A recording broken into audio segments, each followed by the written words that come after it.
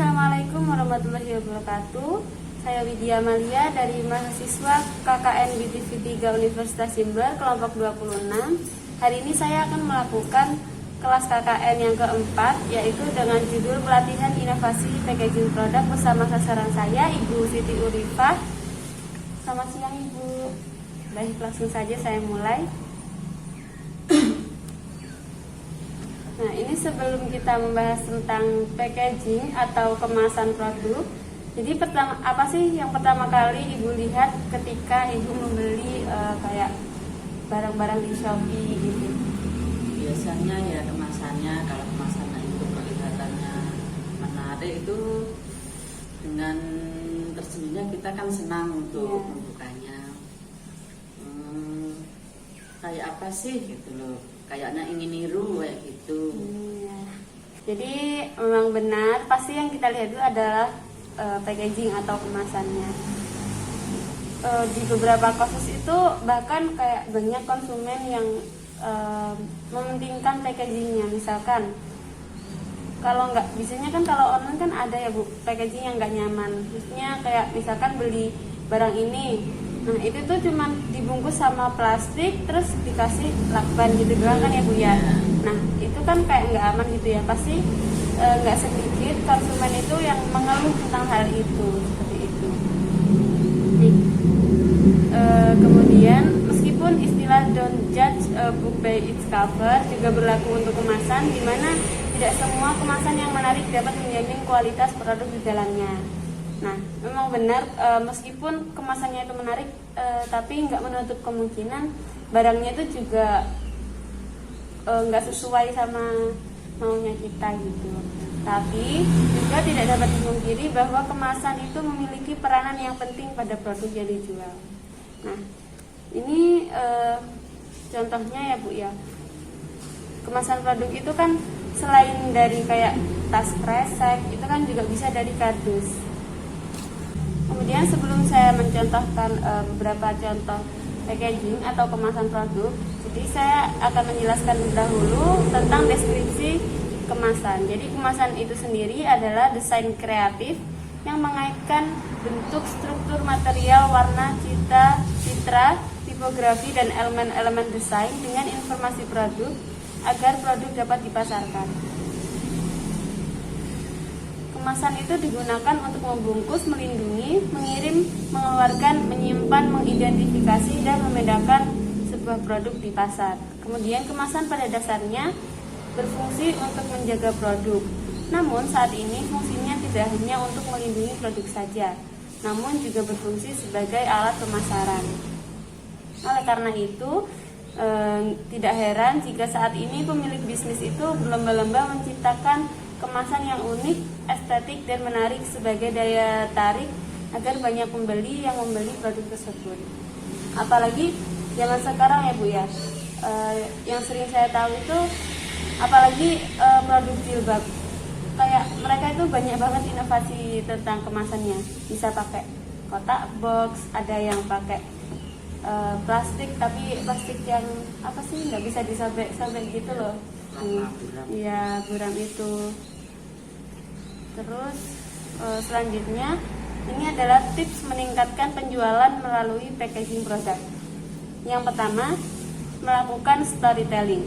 Jadi teknik storytelling itu sudah digunakan oleh banyak sekali perusahaan dalam pengemasan, sehingga kita dapat menyusun kata-kata pendek pada kemasan dalam rangka menyampaikan suatu cerita dan pesan kepada konsumen. Nah, maksudnya melakukan storytelling itu biasanya kan kalau kita beli ada itu ya Bu ya, kayak kartu terima kasih gitu ya. Nah, itu juga bisa menarik perhatian ya pembeli. Kemudian buat kemasan yang serbaguna.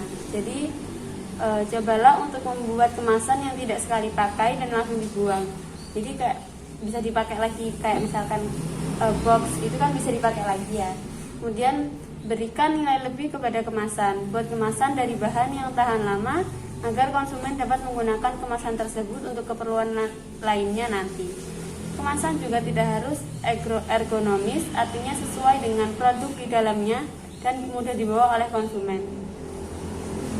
Jadi tidak hanya mempengaruhi kecepatan produksi, kemasan yang ergonomis juga dapat mempengaruhi penjualan.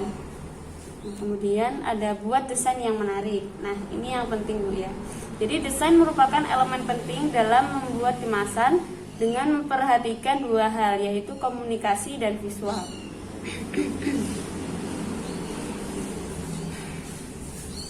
Desain kemasan produk yang baik itu dapat mengkomunikasikan pesan baik dalam desain bentuk, visi produk, dan nilai guna produk. Jadi desain juga sebaiknya memberikan visual yang estetik sesuai dengan target, visi, dan segmen produk.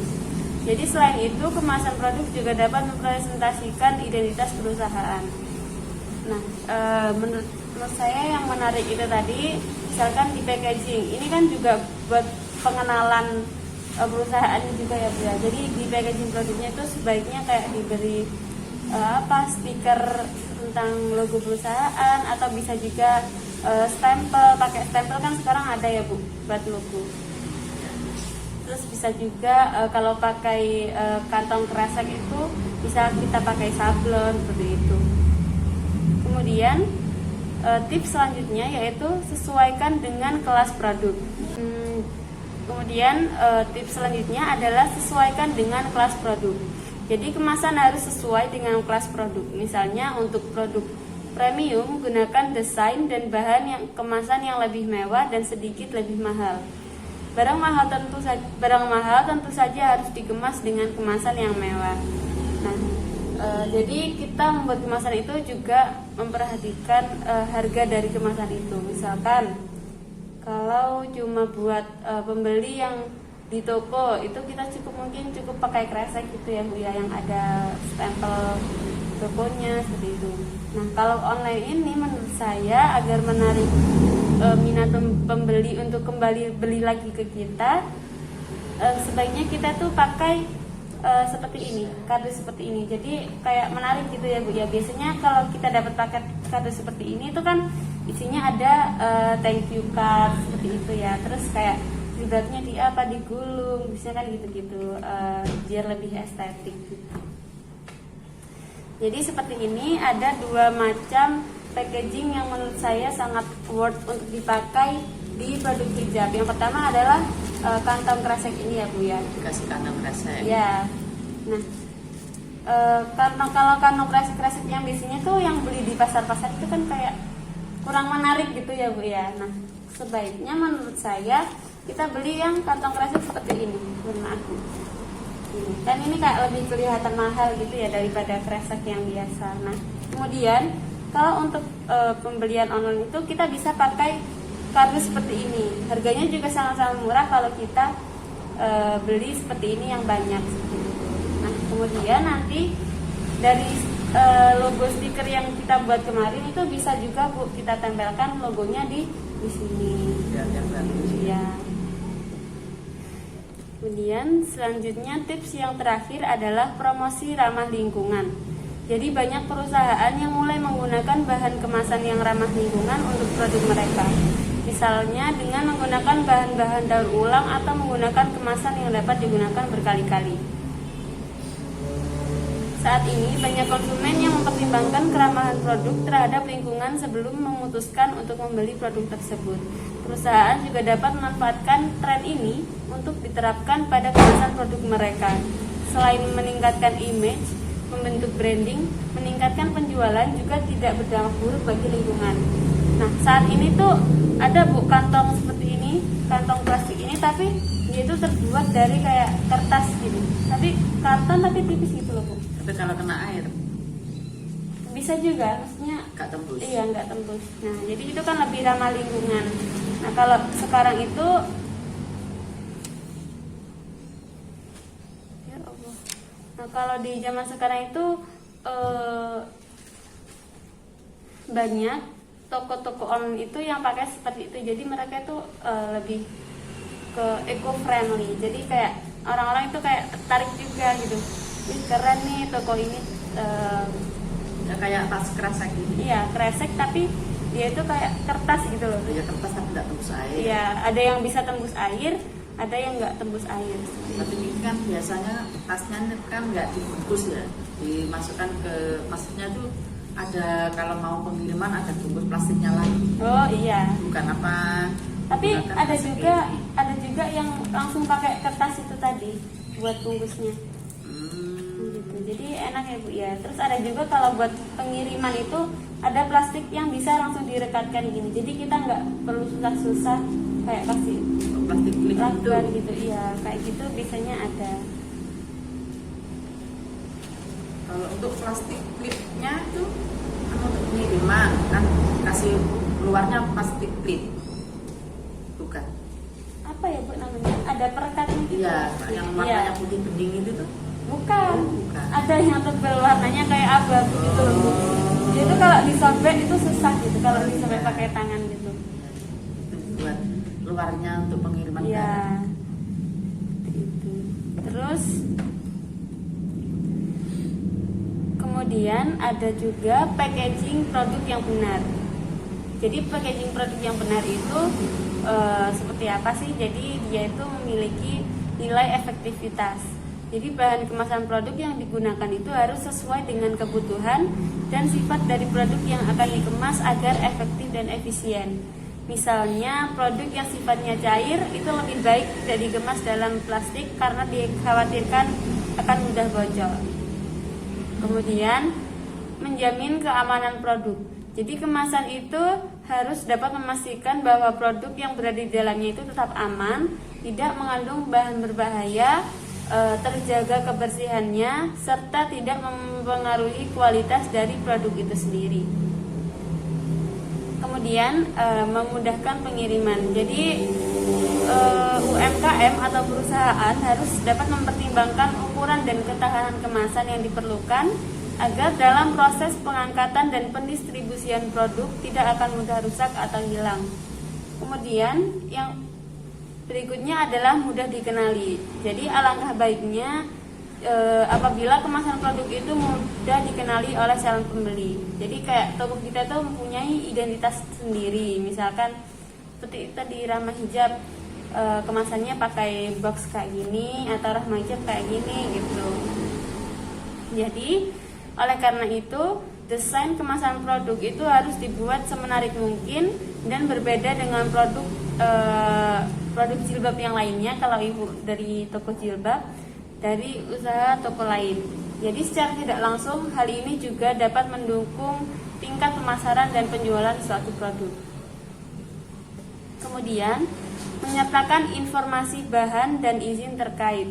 Nah, kemasan yang benar akan memberikan info produk secara ringkas kepada konsumen.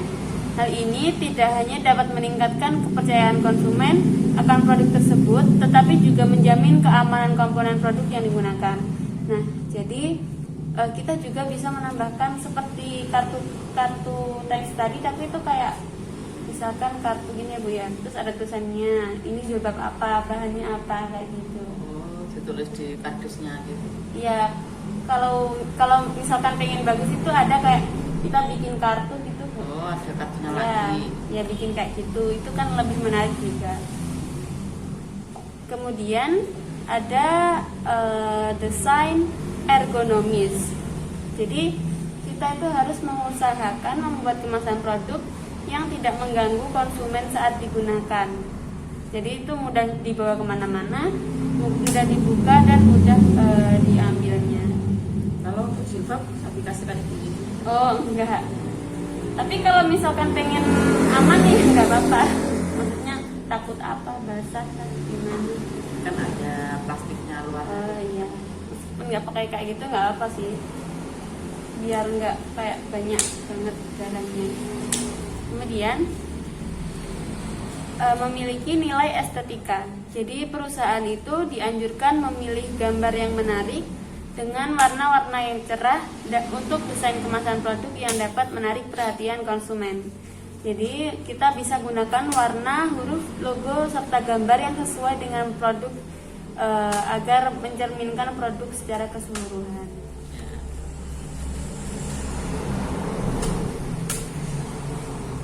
Jadi mungkin itu saja yang saya sampaikan. Mungkin Ibu Iva ada pertanyaan ke saya. Tanya apa ya?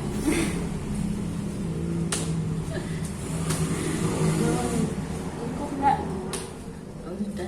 cukup. Nanti kalau ada kesulitan saya tanya lagi kapan-kapan. Oh iya, baik. Ya, sudah. Mungkin kalau sudah tidak ada lagi yang ditanyakan, saya mohon untuk menutup kelas KKN ini. Terima kasih ya Bu. Baik, terima kasih. Sekian dari kelas KKN saya mengenai pelatihan pengembangan inovasi packaging produk. Terima kasih telah menonton video ini. Wassalamualaikum warahmatullahi wabarakatuh. Waalaikumsalam warahmatullahi wabarakatuh. Terima kasih ya Bu.